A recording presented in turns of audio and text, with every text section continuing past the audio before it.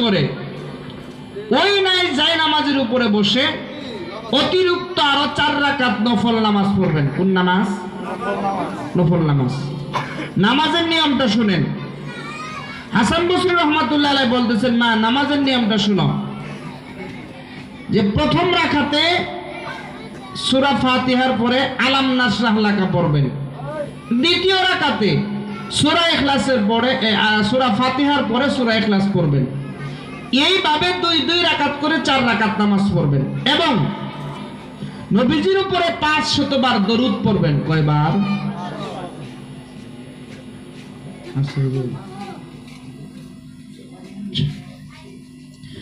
নবীজির উপরে 500 বার দরুদ পড়বেন। কতবার?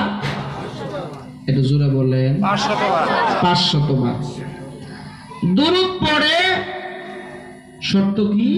হালাল খাবার। শর্ত হালাল খাবার। 500 বার দরুদ পড়ে আপনি শুয়ে পড়বেন, ডান কাত হয়ে শুয়ে পড়বেন। কোন কাত? ডান কাত। ঘুম আসার আগ পর্যন্ত নবীজির উপরে দরুদ পড়তে থাকবেন সাল্লাল্লাহু আলাইহি ওয়াসাল্লাম। এই আমলটা যদি মা 3 দিন চালায় যান, আশা করি আপনার মেয়ে কবরে কি হালাতে আছে, কি অবস্থা আছে আপনি দেখতে পারবেন। এবার মহিলা দৌড়াইয়া বাড়িতে আসছে, আল্লাহ রাস্তায় কিছু সাধ্য মতো দান করছে।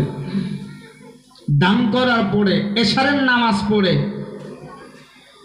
অতিরিক্ত আরো 4 রাকাত নফল নামাজ পড়ছে। প্রথম রাকাতে ফাতিহার পরে আলাম নাশরাহ লাকা, দ্বিতীয় রাকাতে সূরা ফাতিহার পরে সূরা ইখলাস, কুল হুয়াল্লাহ সূরা।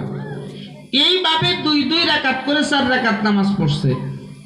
নবীজির উপরে ওই যায় নামাজের উপরে বসিয়া নবীজির উপরে 500 বার দরুদ পড়ছে। হালাল খাবার খেয়ে, সাধ্য মতো হালাল খাবার খেয়ে এরপরে ঘুম আসার আগ পর্যন্ত নবীজির নামের ডান কাতে শুয়ে পড়ছে। ঘুম আসার আগ পর্যন্ত নবীজির উপরে দরুদ পড়তে থাকছে সাল্লাল্লাহু আলাইহি ওয়াসাল্লাম। 3 দিন যায় নাই বাবা। প্রথম রাতে প্রথম দিনেই তার মেয়ের সঙ্গে দেখা হয়ে গেল। এবার ওই মহিলা মেয়েটাকে দেখা মাত্র অজ্ঞান হয়ে গেছে। হুঁশ আসার পরে লোকেরা জিজ্ঞেস করলেন, কি ব্যাপার, আপনি অসুস্থ হইলেন কেন?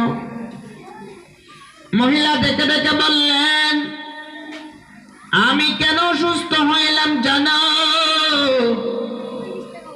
হাসান বসরি রহমাতুল্লাহি আলাইহি একটা আমলের কথা বলে দিয়েছিলেন।